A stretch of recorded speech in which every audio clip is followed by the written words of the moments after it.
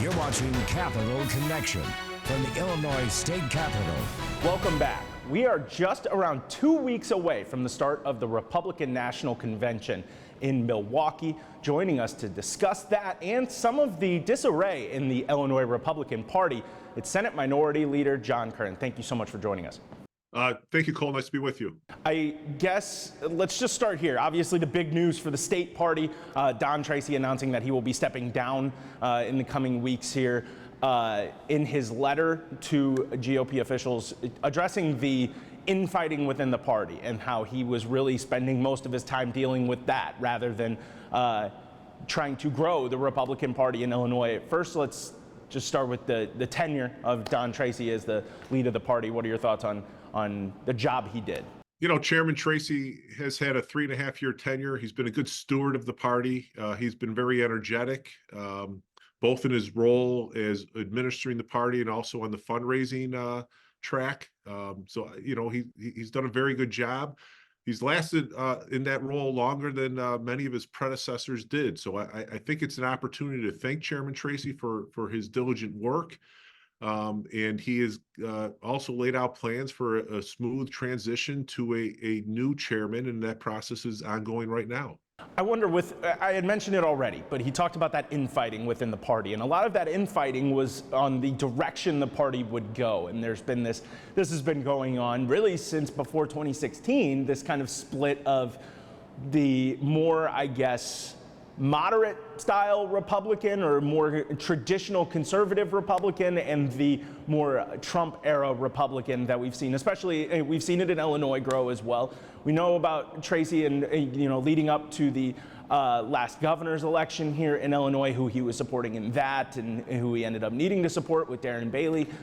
What are your thoughts on just his kind of commentary on the direction of this party and how he basically said he doesn't think he's the person to keep leading it?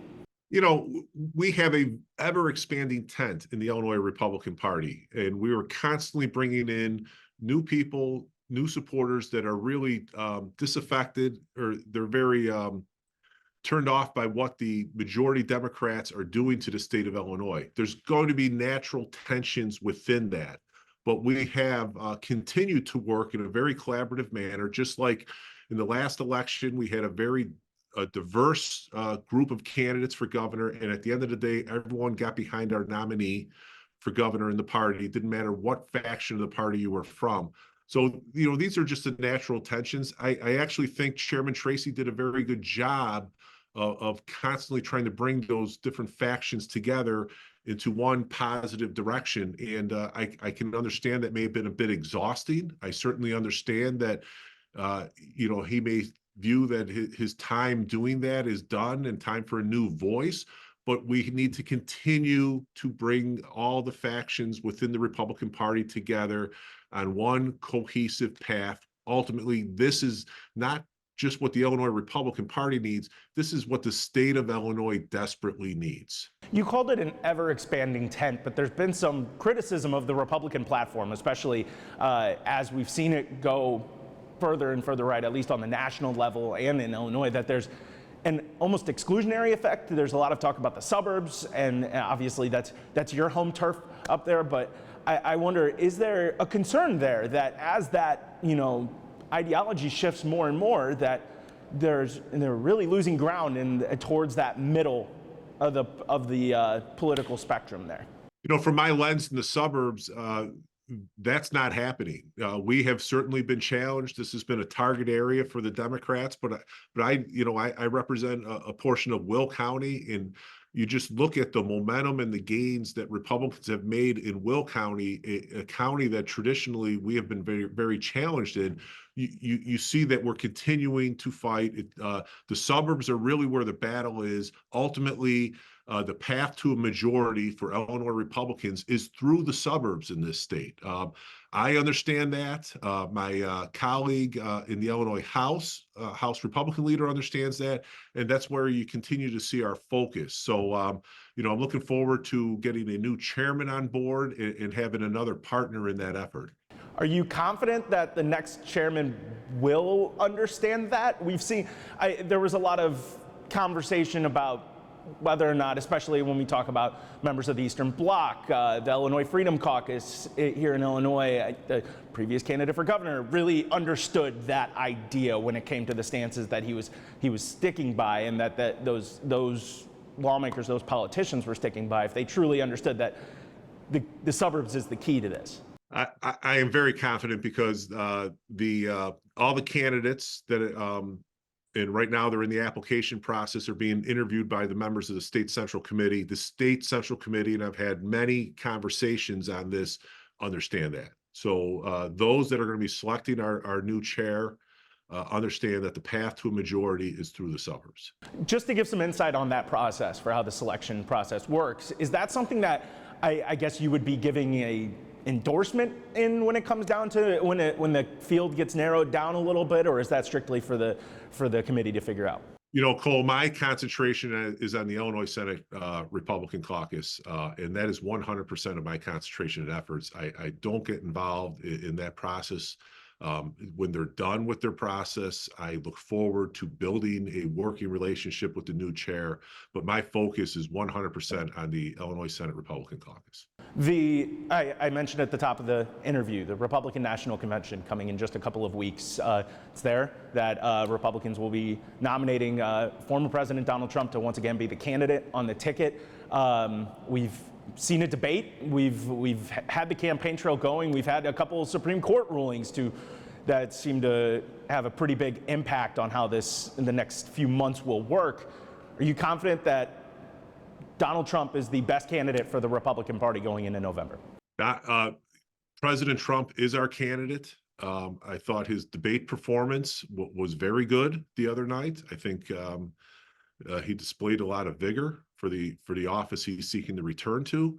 I'm a little concerned about the viewership.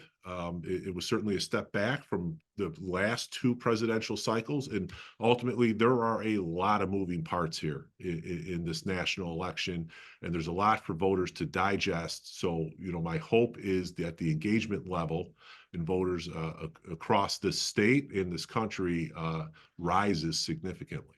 I wonder, with that debate performance you mentioned, there was a lot of criticism of former President Trump. The fact checkers came in full force, dozens of times found in that debate to have either lied or told or false information in that. I mean, is that a concern that was such a prominent part of that debate performance, especially since we're early on in the campaign trail, and this really shows what the next few months may be looking like?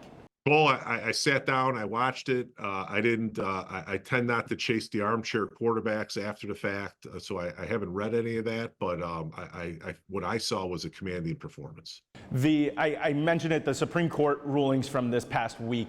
The big one happening on Monday with the decision for the office of the president. Obviously, this is in reference to the January 6th case involving former President Trump, but the Supreme Court saying the office of the president will enjoy absolute immunity for the core acts of the office, and it has a presumptive immunity going forward for other official acts in the office, no immunity for unofficial acts. I just wonder what your thoughts are on that. Obviously, this doesn't just apply to that particular case. This will apply going forward to future presidents as well. Do you think that stands by the core principles of the Constitution and the separation of powers in this country? Cool. I mean, those are the same immunities that exist in Illinois for the governor of Illinois.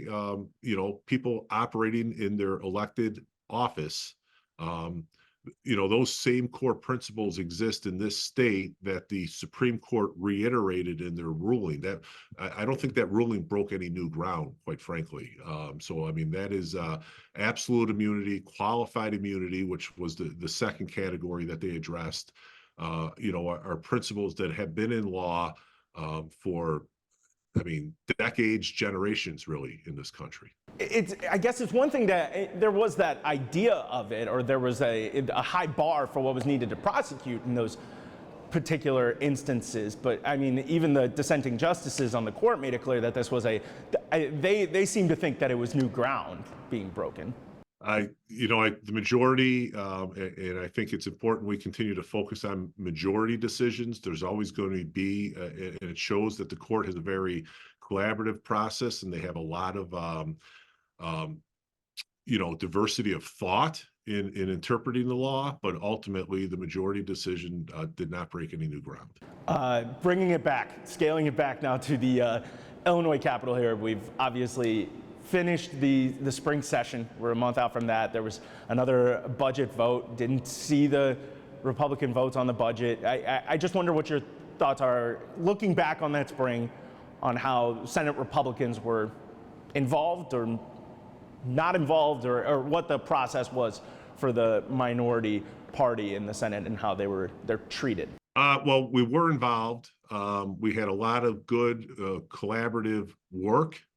Our budget working group in the Senate, Democrats budget working group headed by Senator Sims. Ours was headed by Senator Chapin Rose. There was a lot of work done. Ultimately, I think I would lean into a comment that the Senate president himself made on the floor, and where he mentioned in his, I think it's about 22 years in the Senate, this was one of the most difficult budgets that he has ever dealt with. This was a difficult budget year. And ultimately, some of the choices and decisions that the majority party made were not, on how to deal with those issues, were not choices that we as Republicans could get behind. We had good discussions about that. Our colleagues knew that.